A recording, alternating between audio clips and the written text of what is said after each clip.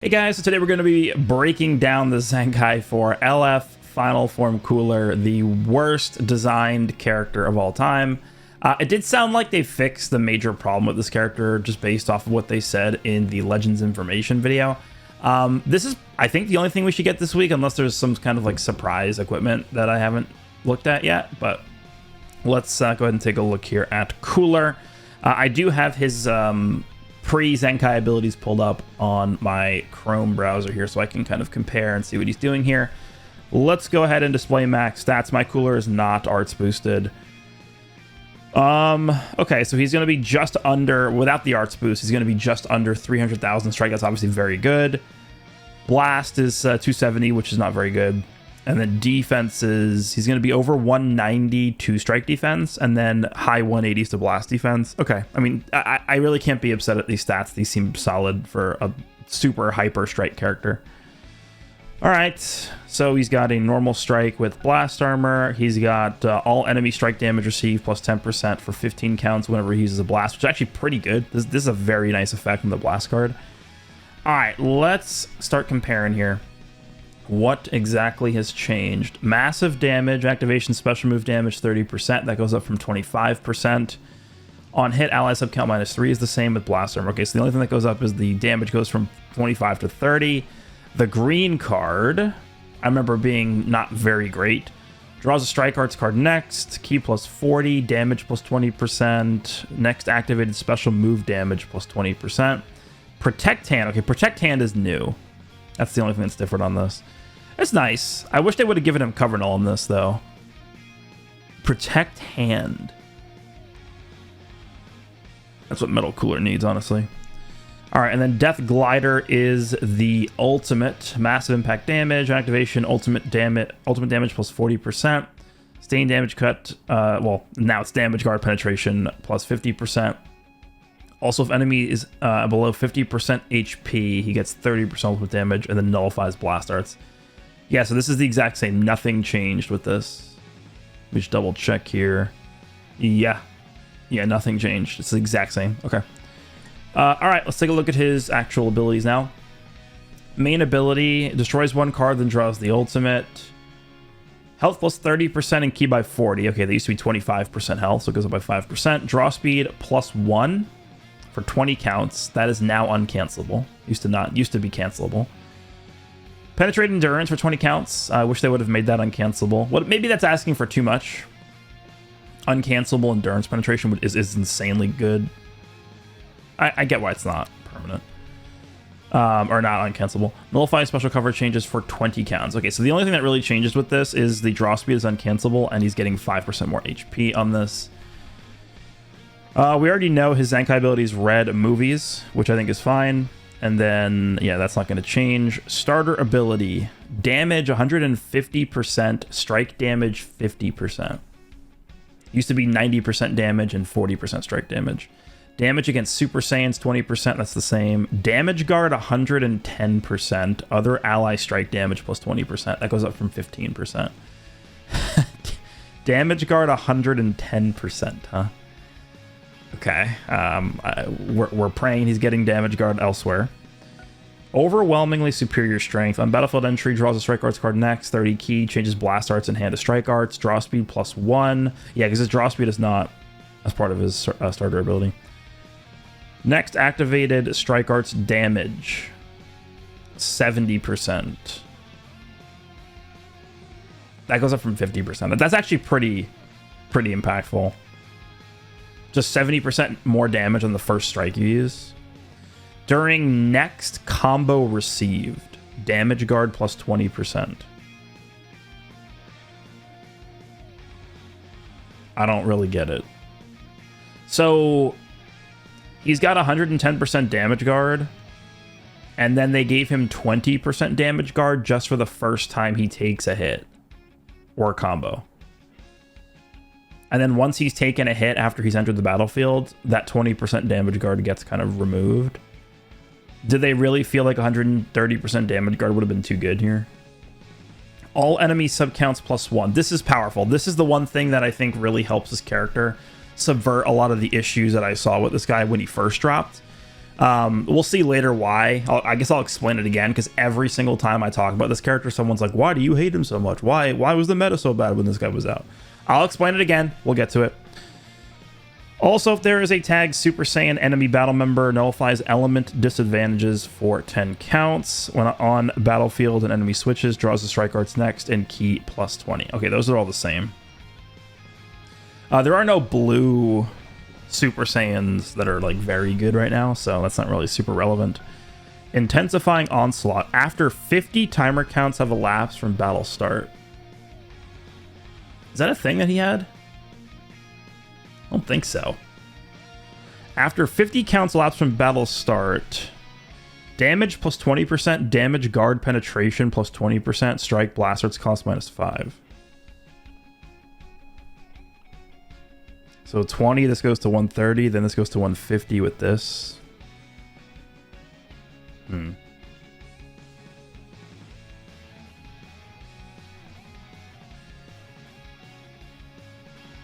I don't like when characters have restricted abilities behind a certain number of timer counts elapsing. It's never really worked out well. On strike arts use, draws a card once, 5% health, 5 key, 10% damage, a stacking damage. Oh no, he actually did already have this, actually, this 50 timer counts thing. I missed it.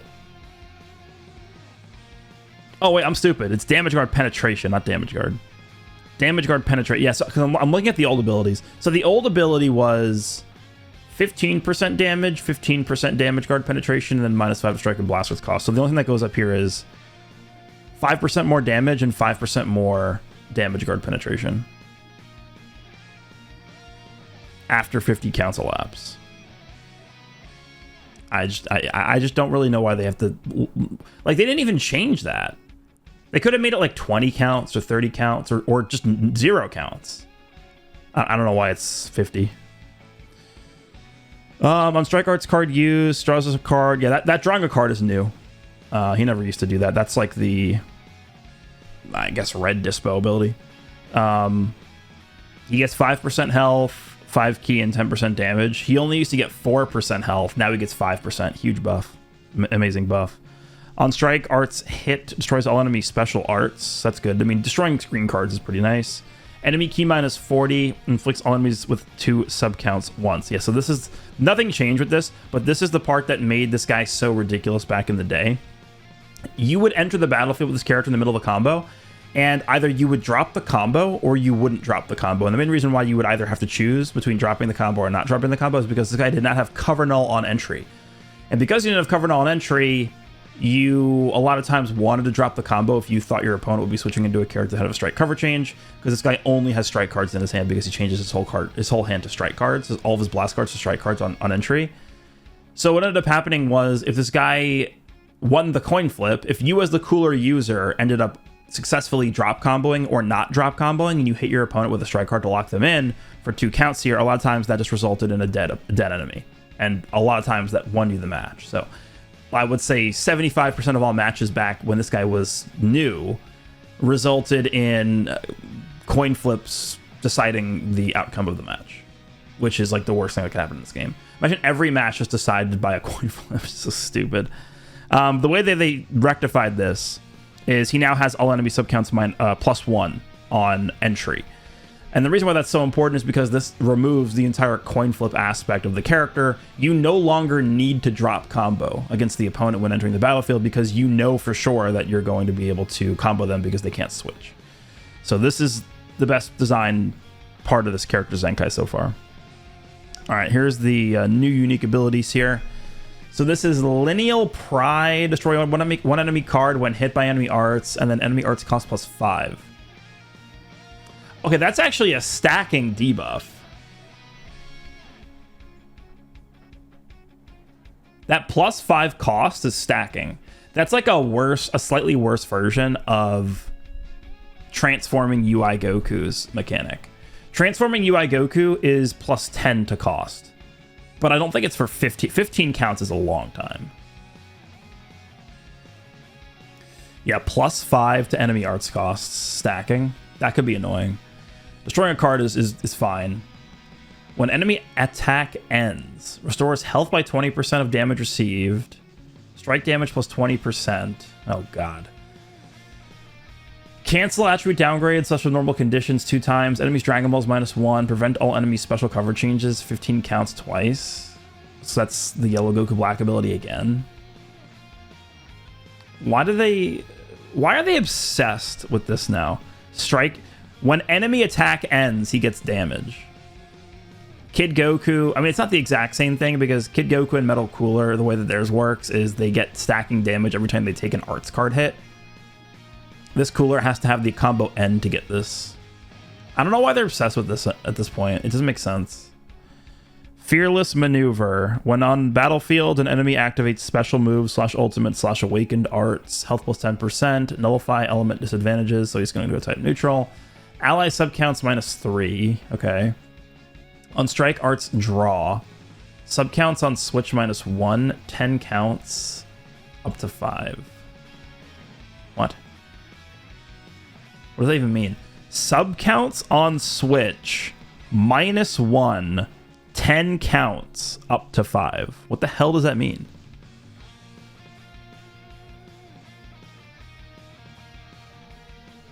So I'm assuming what this means is whenever you draw a strike card, you reduce your own subcount by 1, but that buff only lasts for 10 counts, and you could only have 5 of that buff active at once. I think is what this means. It's so weird. That could be decent, though. I mean, it reduces the guy's... Because think about it. You're technically drawing a strike card, I think, when you convert... Let's say you enter the battlefield with a full hand of blast cards with this character. When you convert those blasts to strikes, I assume it technically counts as you drawing a strike card. So this is actually going to reduce his subcount by quite a bit. I don't really know how good that is because he doesn't have a second life mechanic, but it does help him a little bit. Enemy health restoration -15%. Okay, that could be good. I wish it was all enemies health restoration. How do I feel about this guy? I'm gonna want to see him first. I just feel like his numbers are low. We're really doing 110% damage guard with conditional 20% damage guard here. That's what we're doing. This is all the damage guard he has. 110 and then conditional 20. This is like... think of free-to-play third form Frieza has 160% damage guard. Like, what is this? I don't really get it.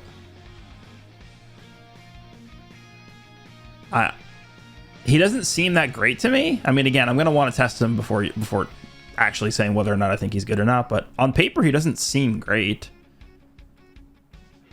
He's got 200% to strike damage in his starter ability, which is good. Actually, I guess...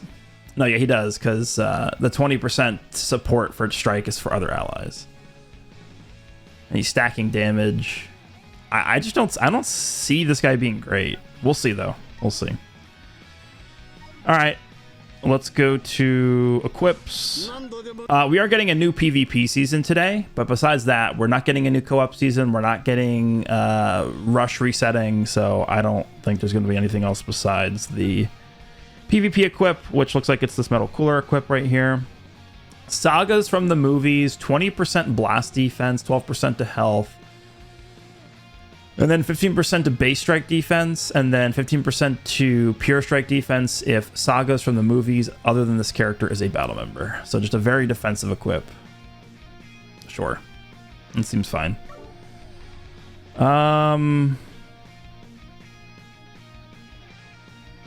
Let me just... Oh. What is this? Hold on. Is that Captain Ginyu? Oh, yeah, because I did see that they were bringing back, like, some kind of Ginyu Force banner. What the hell is this? Ooh, wait. Oh, we're doing this. Okay. So this is a unique equip for all of the 2023 summonable Ginyu Force characters. Okay, hold on. Hold on. It's called I Say It's Time We Had Some Fun. Health 15%, 50% to base defenses, 100% damage guard.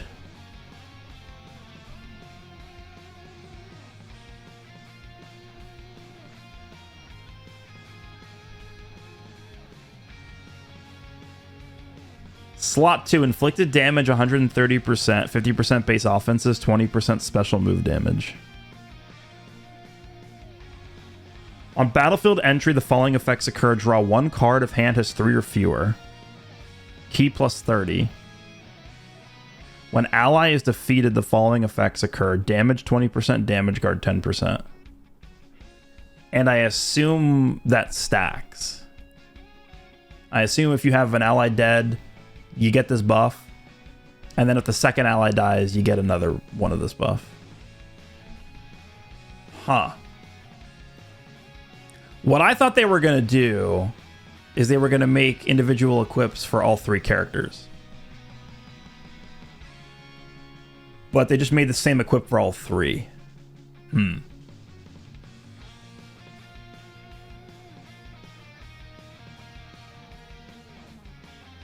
100% damage guard, 130% damage.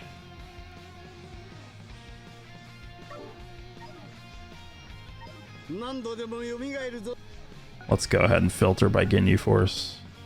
If we can find it. Here. Let's just take Captain GINYU as an example. Actually, you know, let's take Rakuman Goldo as an example.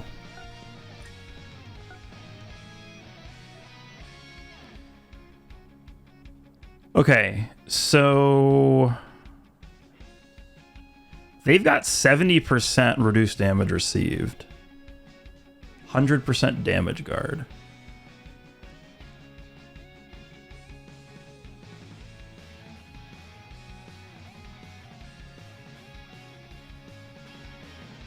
Is this an actual team?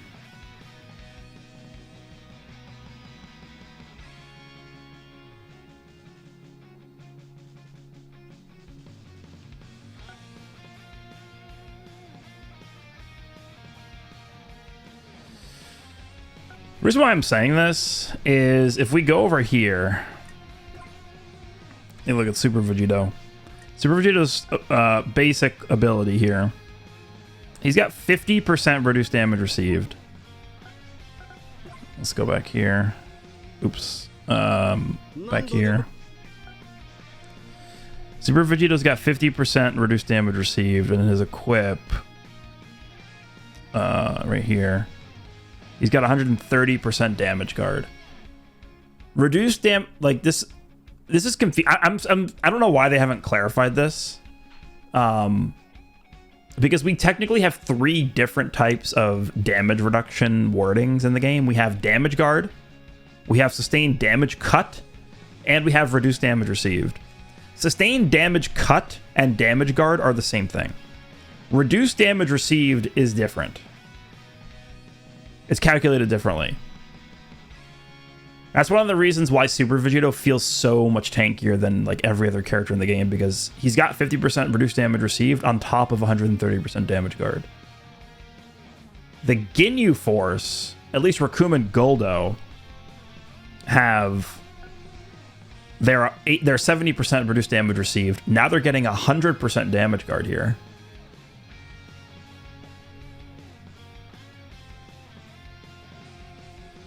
And they're getting even more damage guard if you have a dead ally. Let me just check GINYU once. I'm sorry, I'm going back and forth a lot, but I legitimately did not expect them to do this. GINYU Force. Let's go GINYU. What do you have? 65. Let's count his damage. He's got 90% damage per tag GINYU Force on the team. Other than this character, so he's getting 40% damage there. It's 130%. And he's stacking damage when he uses a strike or a blast card. He's getting 50% on battlefield entry. But this is before he revives. So before he revives, he's going to be at like 180. and he's getting 130% damage is what it was from the equip. He's going to be at 310, 310% damage from everything combined here before he revives. After reviving, he's getting a baseline of 130% because these cannot be canceled. Damage buffs carry over to the post revive state. That's 180%. He's still stacking damage. So he's going to be at 310% damage again while stacking damage here.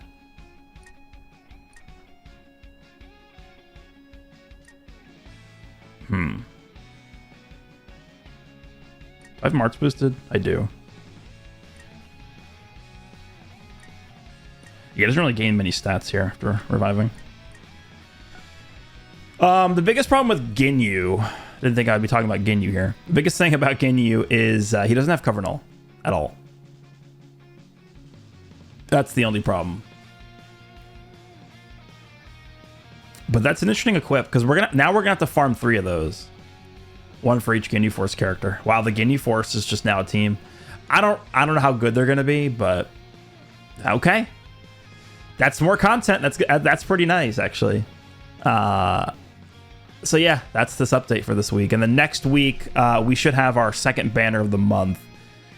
I'll do a separate video discussing what I think the banner could look like, but there's a non-zero chance it could be an ultra. It could actually be an ultra next week. We'll see. Let me know what you guys think of the LF Final Form Cooler ZENKAI Awakening and the very surprising unique equip for the GINYU Force characters. Hope you guys enjoyed this one, and I will see you in the next one.